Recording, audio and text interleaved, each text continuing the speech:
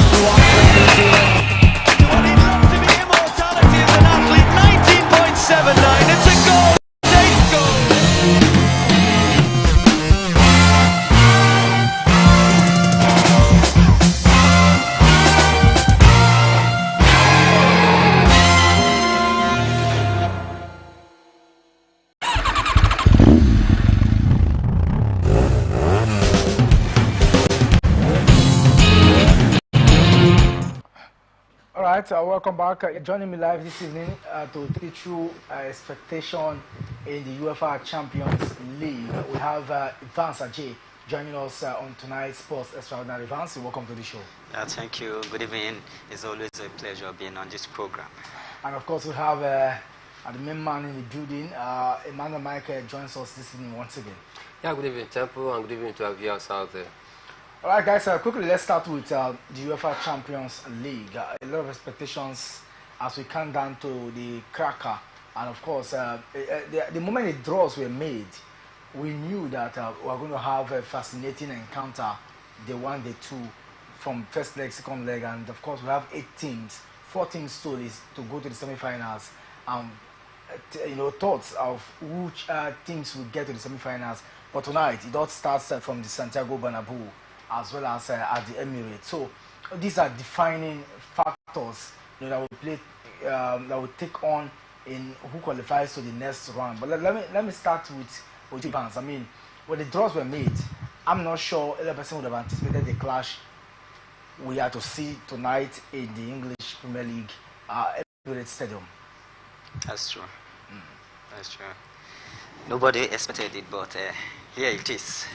There's nothing we can do about it. And so, when you saw the draws, what came into your mind that Arsenal were paired against Bayern Munich? First, I went back memory lanes, and I remember the festival of goals, and I asked myself if this time we will see so much goals like before. And so certainly we are going to see truly. I will look into that particular one, and then Michael. Finally, I'll talk about when the draws were made, a whole lot of blue, blah, blah, but today or tonight, those games, 2 of those games will come alive in 2 different cities, in 2 different stadiums. 4 different style of play, 4 different tactics, and then we're going to see 4 different coaches, in this stadium, playing and ensuring that their team gets the ticket to play in the next round. Yeah, I think it's going to be a fireworks tonight in both games. Starting from Bernabeu, I think it's going to be a very, very close encounter because the both teams are doing pretty well. And of course, Real Madrid being tutored by one of the best coach in the game today, talking about Carlo Ancelotti, who also have won the Champions League both as a player and as a coach. So you expect a lot of experience to come in from that one. On the other hand, Pep Guardiola as well, he won the Champions League as a player and also have won it as a coach. So we expect a lot of crackers tonight in that very game. And of course, the both teams, they understand themselves better because at this stage, last year, even in 2020, yeah, they also met where, I think Manchester City had the upper hand. In 2022, Real Madrid, came back with a bang by humbling Manchester City. 2023, Manchester City had to replicate the same feat again by demolishing, Real Madrid 5-1 on aggregate. So I think it's a familiar foe, but one thing is certain, that it's going to live up to the expectation tonight because Bernabeu, I tell you, you are definitely going to expect a lot. And of course, there are players that you want to, maybe say, yes, these are some of the players that is going to serve as the joker or poster boys, for today's game. Not forgetting the likes of Jude Bellingham, who is also making his Champions League appearance with, the Los Berengues this season. Of course, Jude Bellingham have actually, done beyond expectations since he was signing by Real Madrid. It's one player that you can actually, bank on any day, any time to make the difference. And of course, they still have experience in as much that as they have young players as well, the likes of Camavinga, the likes of Tchouameni, the likes of Jude Bellingham, to mention but a few. These are very, very young lads, and as well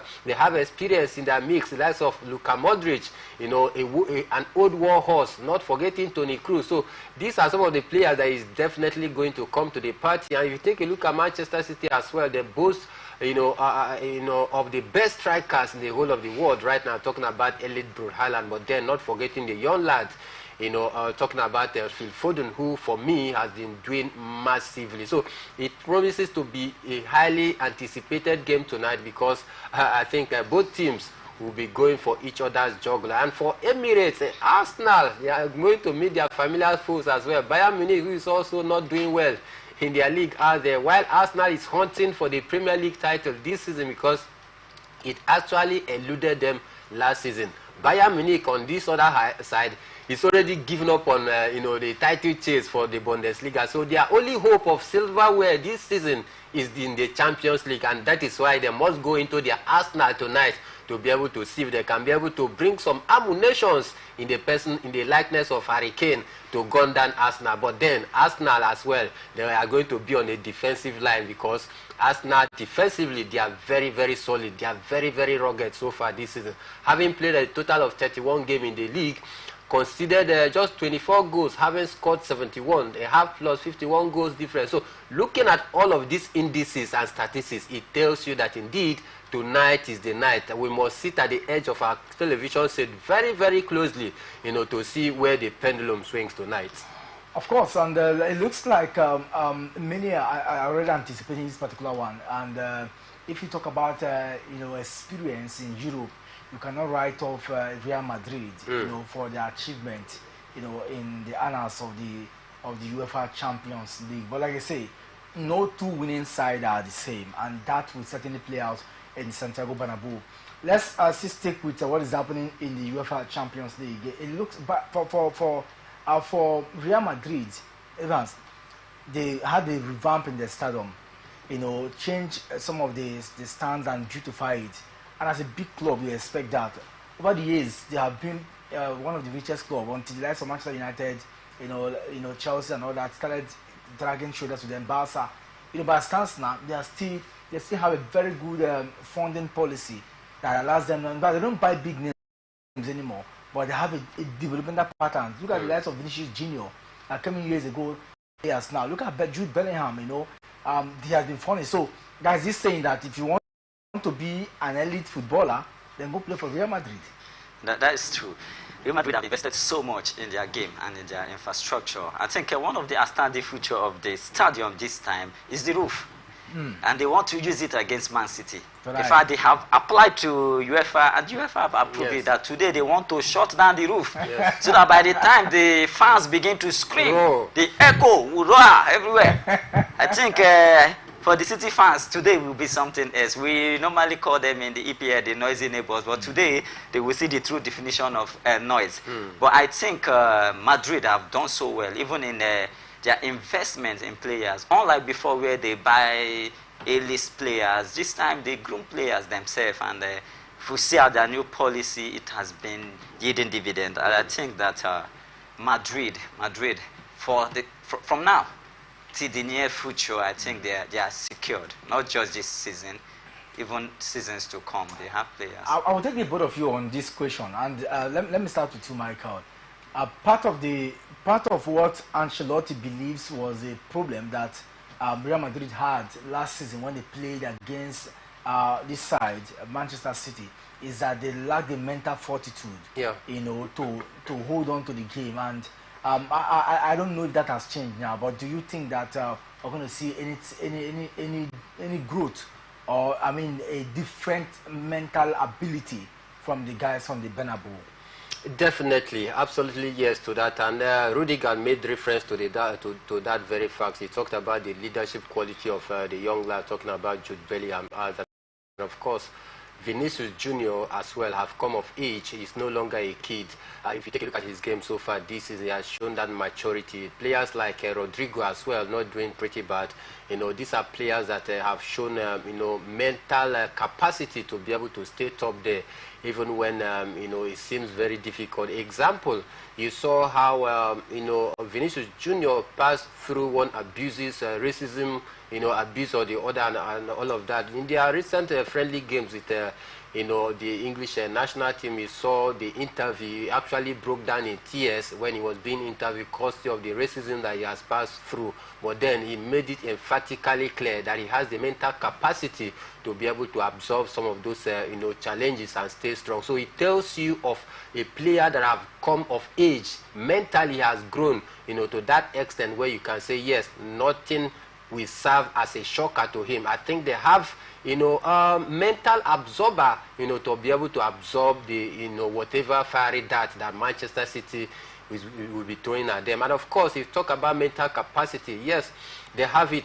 enough. The likes of Modric, which I mentioned earlier, the likes of Toni Kroos, Rudiger, these are experienced players that have been there at the top. They have proven their worth. So they are going to also impact on the younger ones like Rodrigo, you know, Vinicius Junior, Tchouameni, Camavinga, you know, Jude Bellingham. So when you are in the midst of the Galacticos, as they are fondly called, you have no other choice than to reason like the Galacticos. So for me, I think this season they have the mental capacity to be able to take on a certain Manchester City. So if you look at the difference last season and what we've seen this season, do you think for Real Madrid that Jude Bellingham, like he said, is the man that has also, the young lad has added to their mental strength, or you think that there's been a change in narrative generally, you know, from what they achieved last season? I think looking at Jude have brought in a lot to the team. If you look at his style of play and the way he has been able to transform the whole play of Real Madrid in general, I think he has brought in a lot. But talking about mental capacity, I think they are still lacking there. Real Madrid still lack a lot of mental capacity. I've been following them in their league, and I see some games where they are supposed to just win outrightly, and they begin to fumble along the line. I think if they play with a team like City, who are very tactical in their game, I think they will need to do a lot more. They will need to do a lot more. A lot more, and of course we're previewing the game tonight at the Estadio Santiago Bernabeu, where we're going to see the Galacticos play against the defending champions of England, the Citizens, and let's see how it all played down there. But still talking about that particular game, the games, of course, 8 p.m. is the time proper. I'll get to see how far that plays. And Nathan Ake will not be part of this particular one. Kyle Walker will not be part of this particular one.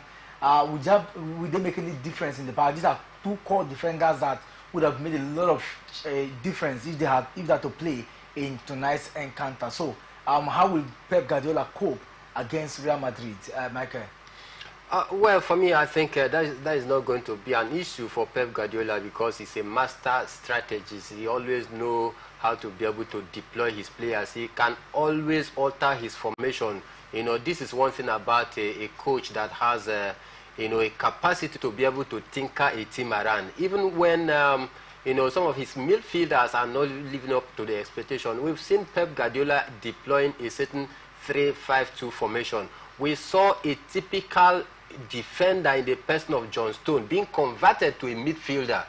What does that tell you? It tells you that this Pep Guardiola side is a coach that you can't actually, you know, pinpoint one area and say, yes, this is my area of comparative advantage, you know, because Manchester City in such area, they are very weak. Therefore, let me capitalize on that weak side of it. Pep Guardiola does not set his team in that formation. So I think for me, that is not going to be a problem. But then I think I'm just looking at individual brilliance tonight in tonight's game. Course of individual brilliance, that is what is going to change the course of the game. Because why? The both coaches are tactically astute enough. So I think it will take the individual brilliance of a player to be able to change the narrative tonight. As you talk about players, so talk about the goalkeeping options for Manchester City, and of course that man, Edison Moraes will not be part. He had injury after he played against Liverpool some time ago, and then since then, well, he is back, but his fitness it cannot be ascertained, and so we trust that maybe Stefan Ortega might still continue, you know, tonight. And that man has kept 2 clean sheets in his last 4 games. Ordinarily, one should start thinking that he might make a lot different. But if you remember the fact that your first choice goalkeeper can possess this fear factor, don't you think that that might be a loophole for the Madrid guys to take an option as an option, you know, tonight? Even Madrid itself, either their first choice goalkeeper, they have been out injured. The likes of Courtois, Arrizabalaga, and the rest of them, you know, they have been all injured. So if we talk about the goalkeeping department, I think a goalkeeper is as good as their defense line. If your defense line is good, even if you are a basket in quotes, at some point ago we saw a certain, you know, this Barcelona keeper then that conceded goals. Yes, he was very, you know, fond of conceiving very cheap goal. But within the defense line, then they had Puyol. That Puyol at the defense line make it look as though, you know, Victor Valdez at them was a very great keeper.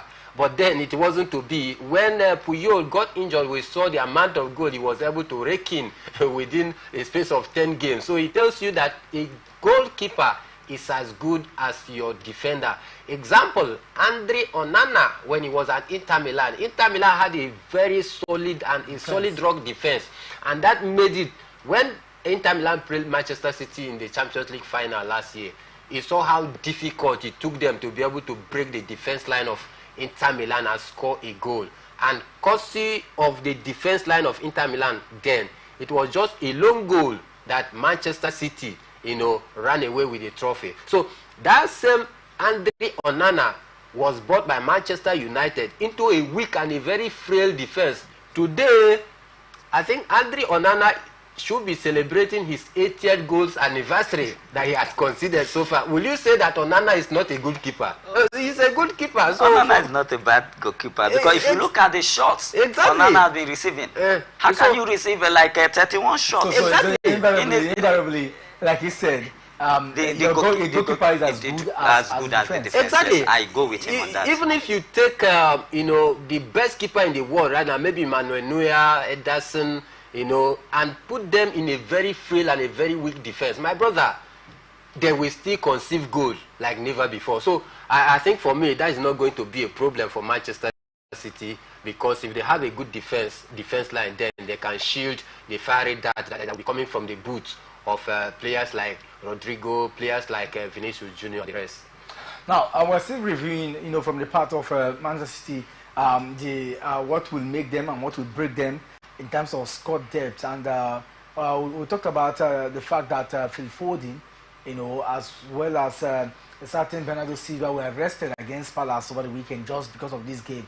That tells you how important it is, and that also tells you the depth that Pep Guardiola do have in his squad, because Phil Foden, I mean, a player who scored a hat-trick few weeks ago cannot just be rested, but how important he can be in games like this, that matters. But then the blend of Jack Grealish, Phil Foden, Brute Haaland, we'll not talk about De Bruyne, the masterpiece, and then we'll talk about Bernardo Silva.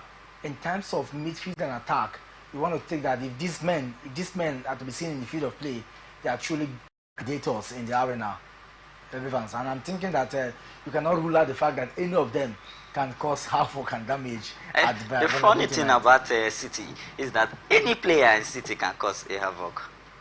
Not forgetting the master player Rodri. So City can make out something out of nothing. I think they are a very good team, and they play positional play. It's not just about the player.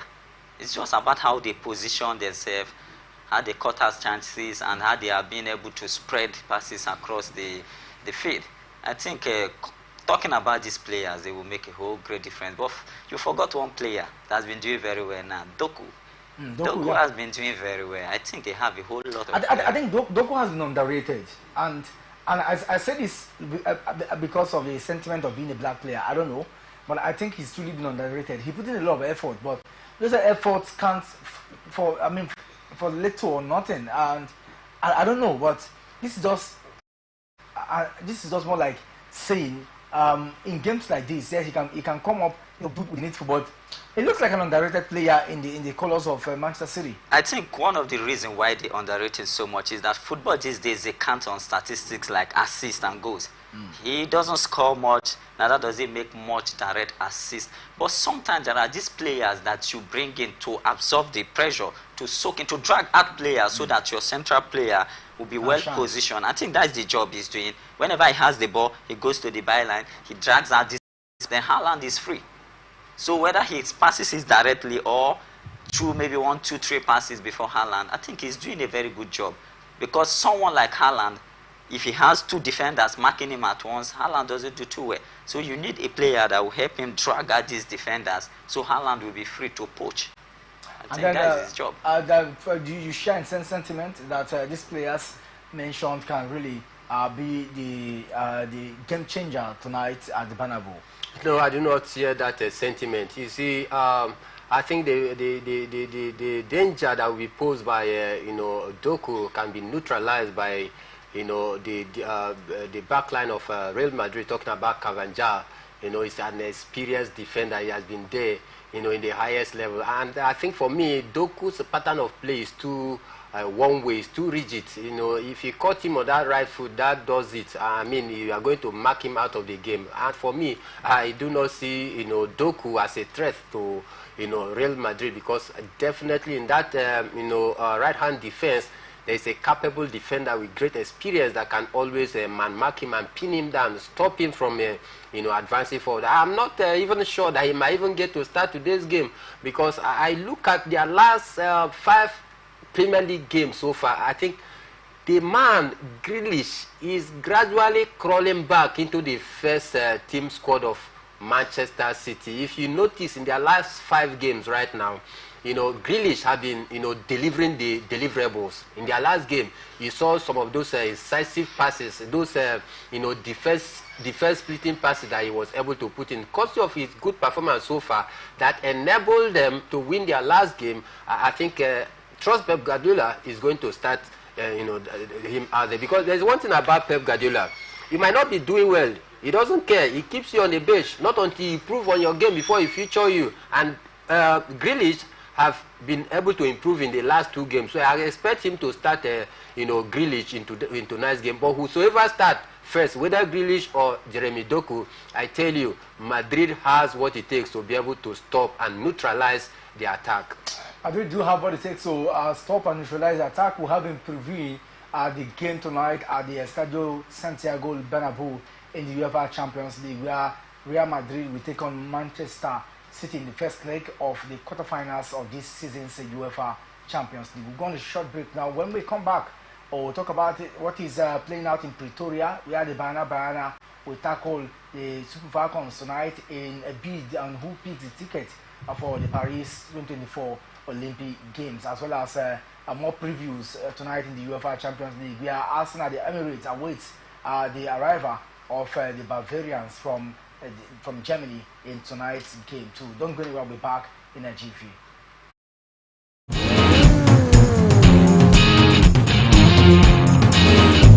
Greenwoods went for goal. Goalkeeper missed it. Play again. Oh, fight there. He does a right hand and down goes Paul straight away.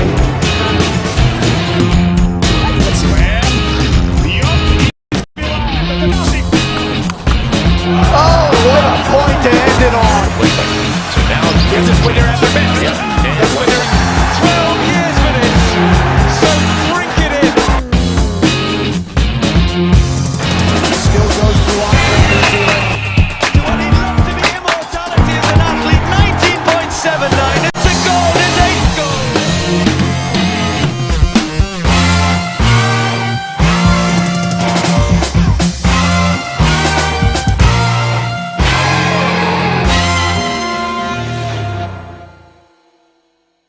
From the line across the ocean to the land beyond the mountains, through the Sahara, we bring on sport news, live analysis, expert discussions on trending stories in politics, business, socio-economy, sports, and documentaries.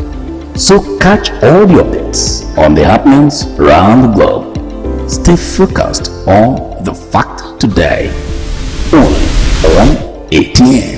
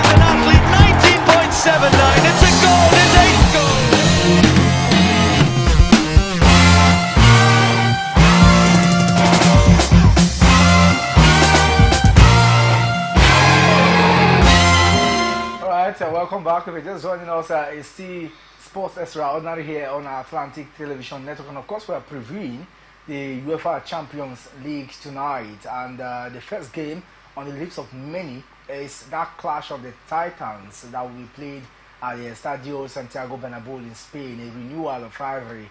And I tell you, what transpired last season, we want to see the conclusion of it this season. Will it be Real Madrid are the hosts taking it tonight, or will it be the visitors, the citizens from England, the champions of the English Premier League, holding sway in a land where there are fierce fans coming out all, this in the capital of Spain to throw support to their darling Real Madrid. We just previewed the style of play of Pep Guardiola, the score that will be coming to today's encounter. Let's look at Carlo Ancelotti. Earlier we talked about Jude Bellingham, but I mean, besides Jude Bellingham, we've seen Real Madrid, dig deep to get wins. This season we saw them grapple with the likes of Girona, who wanted to have a fairy tale run like Leicester City. We've seen them tackle with Atletico Madrid, with Barca, and they look like a team that might win the La Liga Santander, but they are never tired of lifting the UEFA Champions League, and that's one thing about them. So you look at the style of play and think that it have a lot of things going for them in today's encounter. Just like we celebrated Jude Bellingham as one man who might change the game for them. We also talk about Eder Militao, who also came back from injury, and we add spies, to the defense frame or template of Carlo Ancelotti. I think my only challenge with Real Madrid is they are just so direct. Real Madrid is a team that plays direct football. You see them. Are you saying that they are predictable? They are very, very predictable. I can tell you but how but they in play. the midst of the predictability of the side, it's still very difficult to get something from them. It's very difficult, but when you know your opponent, then you know how to prepare for them. It's like Arsenal. It's like Manchester City. The difference is that you just pick two players. You can tell that, okay, this player will come in, this player will not come in. So you can play the dice, but it's still difficult because the player that comes in, the attitude of the player in the field of play is the one that cannot be predicted, so to say. Okay, but one thing, let me tell you this. When you look at Real Madrid, you just know that their play is just go to the wing, cut back, run in. That's just their game.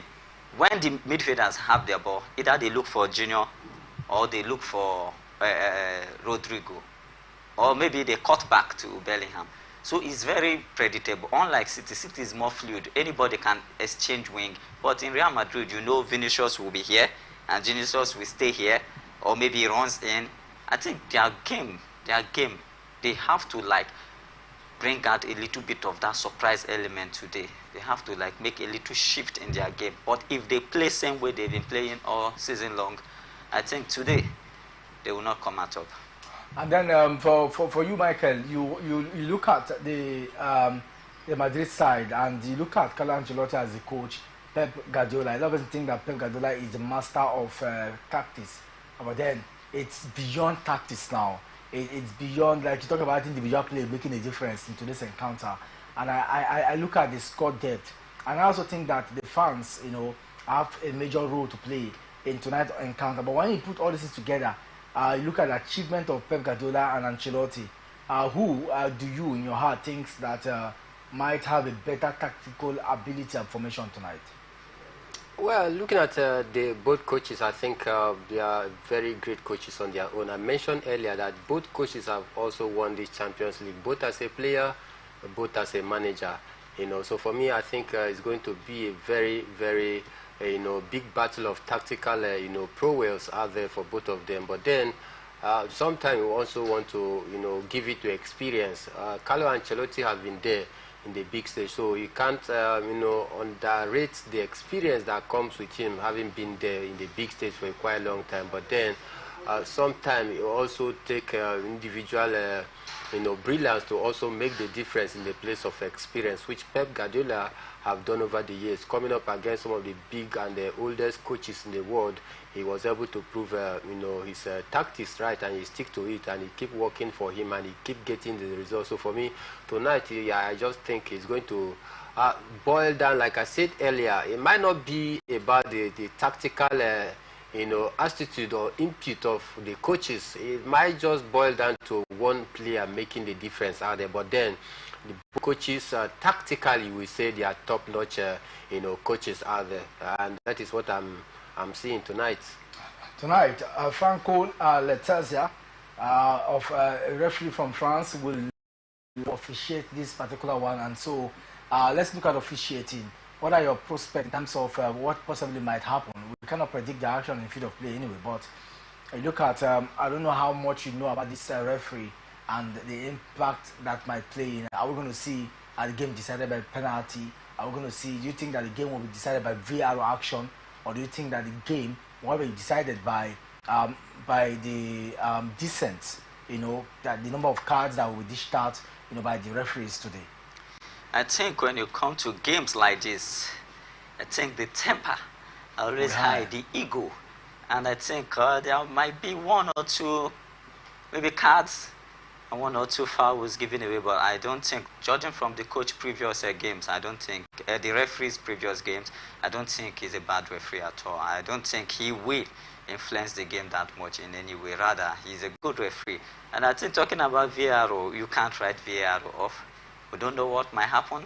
VAR these days are unpredictable, but I believe in good officiating, and I think the game will be a good one because a referee will not dare soil a game like this. Talking about the referee, I think for me, he's an experienced referee. Don't forget, he's a UEFA, license holder, badge A for that matter, not even B. So he's a top-notch, referee. He has officiated many European Champions League games. So he's not a kid in the game. He understands what it takes. And of course, coming to big stage, whatever happens in this game, also will have a negative or a positive impact financially and otherwise for UEFA itself. This kind of game is one of the games that, UEFA use to make a huge amount of money, television right-wise. But if you appoint a referee that, is inexperienced, the referee might jeopardize, the game, and that will put the credibility of the Champions League in doubt. And therefore, before appointing a referee of this standard in this kind of high magnitude game, UEFA always make their research properly well to ensure that they get the right and the referee that is going to officiate on such a big game. Because if you bring a rookie referee into this kind of game, I mean, the pressure from the big boys, talking about the players out there, and from the officials sometimes, might intimidate some of these referees. And that is why before they appoint a referee or officials in this kind of game that comes with high magnitude, UEFA, they always do their background work. And for me, I've gone through, the background of the referee. I tell you, he's a world-class referee. World-class referee. And away from that now, before we talk about the Arsenal game tonight, let's take a look at what is happening in South Africa. And of course, in what is becoming an African classic at the Super Falcons of Nigeria.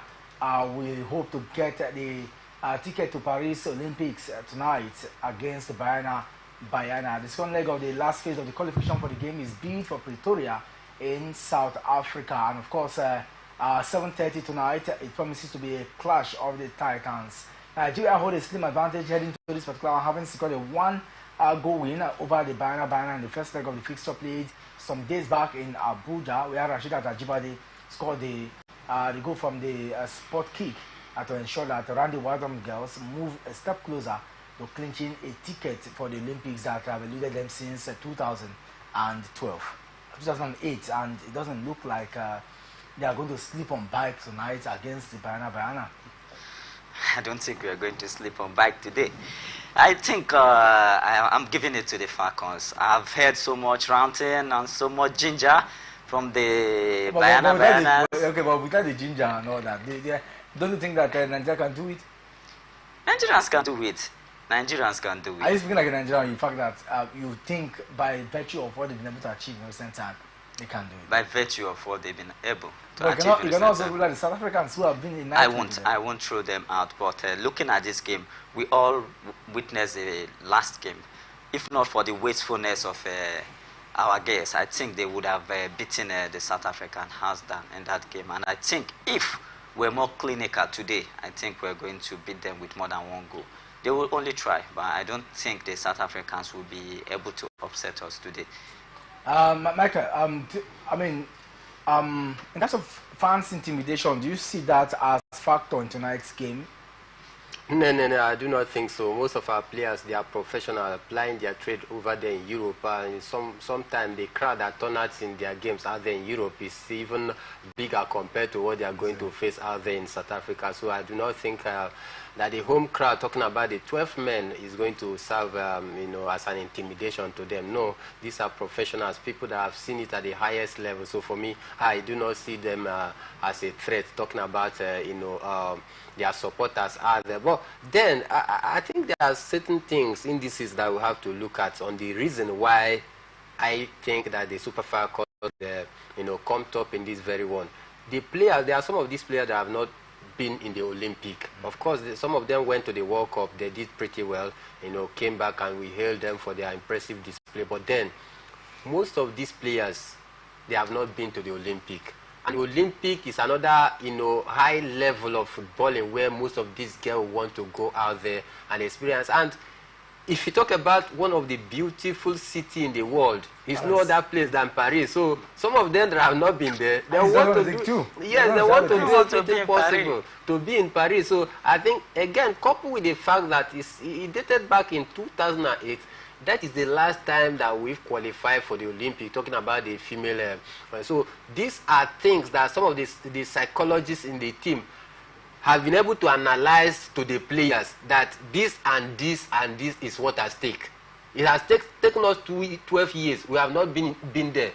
You as a player, don't you want to be in Paris? So these are some of the motivation, these are some of the pep talk that I think that is going to sink into the brain of the players, and that will propel them to want to go out there and give more than 100%. So for me, I think looking at if there's anything to go by octopus, according to what they are predicting online, I think the Super Eagles would definitely come back smiling.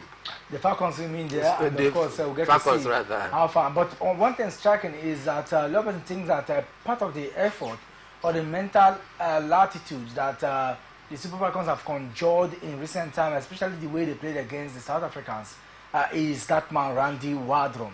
And he has been a sort of motivation for them, and the fact that they've really believed in him, and he has shown that, yes, I have the capacity. I mean, he has bonded the team, he has defended the team, and I mean, he's more like a father to some of the lads, and so that belief naturally is there. But same cannot be differentiated with what Desire Elise, brings to the South African side. She's also like a mother, to the side. The light of Catalanas of this world, these are ladies who also want to make the woman smile. So in terms of tactical ability, I do not know where you hold on to say, okay, this might just be a pinch in tonight's game on the decision on who gets the ticket, Evans.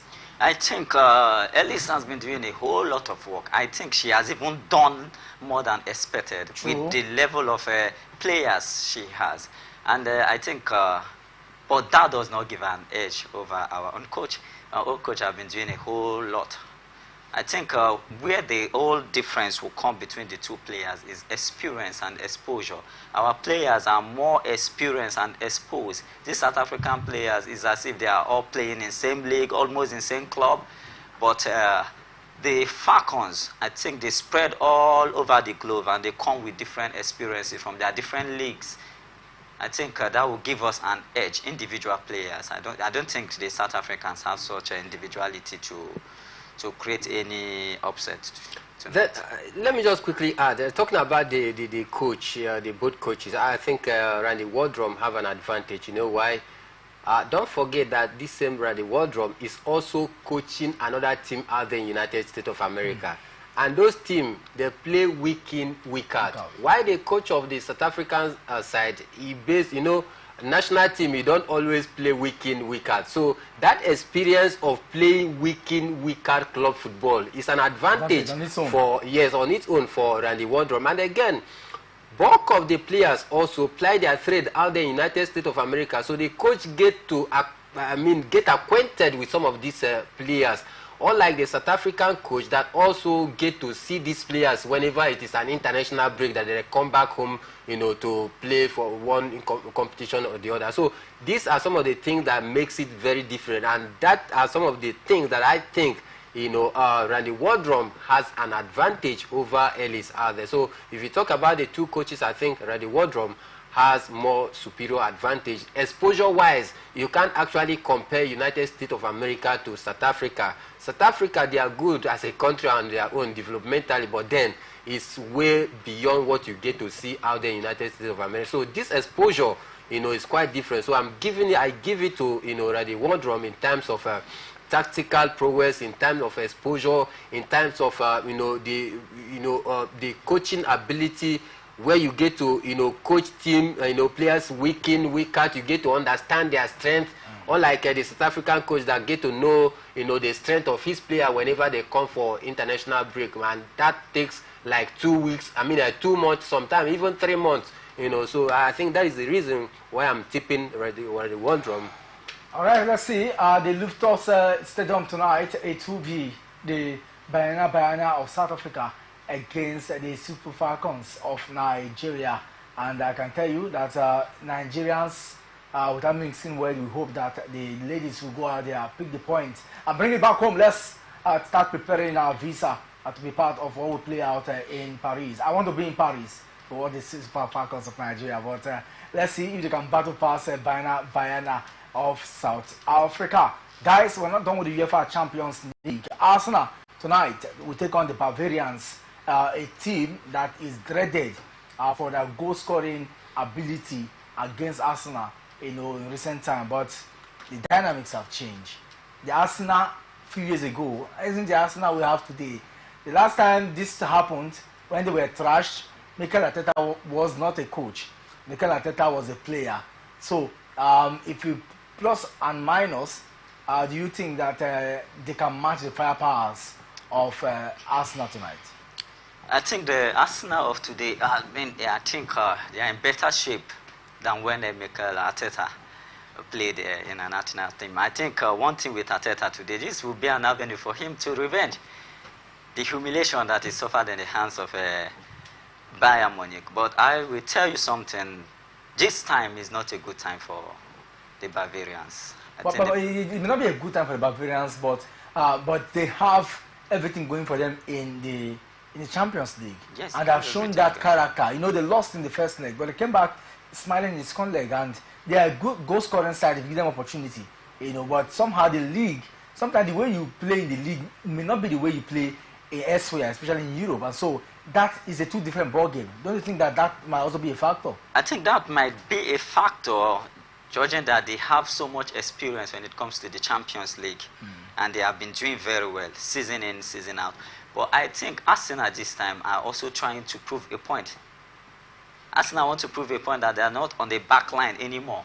Arsenal want to be a frontline team. If you watch Arsenal in the Premiership, they have been trying their best, trying to match up the big teams. And I think that same strength, that same zeal that they have in the Premiership, they will also transfer it to the Champions League. And I think Arsenal want to take a pound of flesh from Bayern, and I think if they can't do it now, I don't think they will be able to do it anymore. This is the time that Arsenal has to go there and pummel Bayern, maybe 5-1 or 5-2. Same way Bayern has been pummeling them. And I make a statement of fact. Yes. But that statement of fact cannot be complete or cannot be overlooked, when you have a player like Harry Kane, who now plays straight for the Bayern Munich side. He has scored 38 goals in 37 games. He is going to be the highest scorer, in Europe, top 5 leagues in this season. Such a player should be dreaded, don't you think so? Definitely, such a player should be dreaded. Of course, the Arsenal team, they are not in oblivion of the quality of what Harry Kane brings to the table, because he's a familiar foe. He has been there for Tottenham. And since his time at Tottenham against Arsenal, he has played about 19 times and scored Arsenal 14 goals. It tells you of a man that has quality. And again, we are just talking about Harry Kane, but we have also forgotten the old war horse, talking about Thomas Muller. He has a great experience when you talk about the Champions League. And if you take a look at the Arsenal squad right now, it is only 2 or 3 players that you can single out and say, yes, they have a Champions League experience, which is the 2 players that they bought from Chelsea, Kai Havertz and Jorginho. Possibly Thomas Partey during his time at Atletico Madrid. Away from that, there is no other Arsenal player that have Champions League experience. Mikel Arteta is a baby coach, not to be compared with Thomas Tuchel, who also won the Champions League with Chelsea. And most of the crops of Bayern Munich players, they have tested Champions League, so it gives them that advantage. Secondly, Bayern Munich only hope of silverware this season lies on this Champions League, because they are already out of the BFV Boca. They are already out of the Bundesliga title. So for me, I think it's going to be a mountain hill for Arsenal to climb. So I think it's going to be a very difficult one for Arsenal tonight. But then looking at the improvement of Arsenal so far this season, we want to say yes, they have what it takes. Without an outright striker.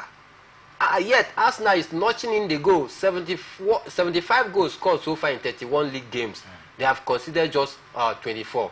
They have plus 51 goals, advantage. And on the other side, you take a look at this Bayern Munich side. They are very prolific as well.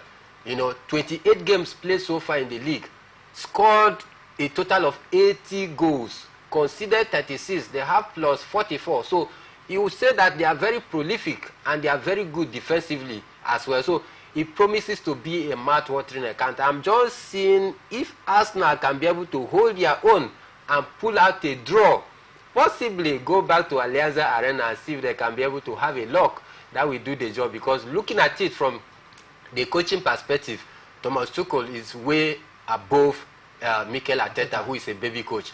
Players-wise, they have the Bayern Munich player that have more Champions League experience compared to Arsenal. So I'm just looking at the dynamics of what Arsenal can do. Can they be able to pull the chestnut out of fire tonight?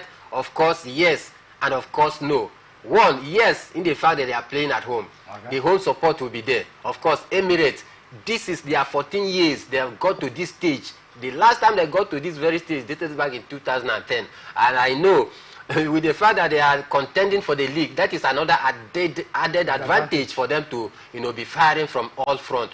But do you expect a certain Bayern Munich who will be fighting like a wounded lion, knowing fully well this is their only hope of any major silverware, to pull back their trigger and not, fire their trigger against Arsenal? So it's going to be very difficult. The Barbarians versus the Gunners. I tell you, it will be a mouth-watering clash there at the Emirates tonight. If you're a lover of football, I tell you, it's going to be an epic show in England. And trust, when you go to the Emirates Stadium, where the revenue activity is high, the ticket for this game massive, and so UEFA will be smiling. Sure. Same with the Arsenal board, because when you come to the Emirates, it's not. They don't beg you to buy a ticket. You just go to buy the ticket, no matter how expensive. And the ticket is always the costliest. It's costliest. So then we'll get to see that again tonight, Michael. Pardon?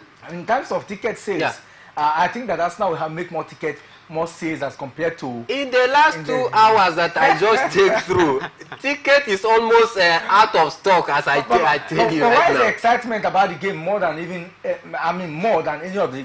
I think there's something that brought about this excitement. UEFA have tried to reform the league, and now each stage you move in the league gives you more opportunity for you to bring an extra team. True, coefficient. So that coefficient. So now all the leagues know this, and they are trying to promote their own leagues to make sure that they go far, so that maybe next season they might be having 5 players, some others will be having more players. So all these things play. So the league themselves, the league management body already know this, and they are taking advantage of it. We're going to look into the politics and the coefficient of the UEFA in terms of next season's UEFA Champions League format tomorrow. I'm sure you don't want to miss that. On Thursday.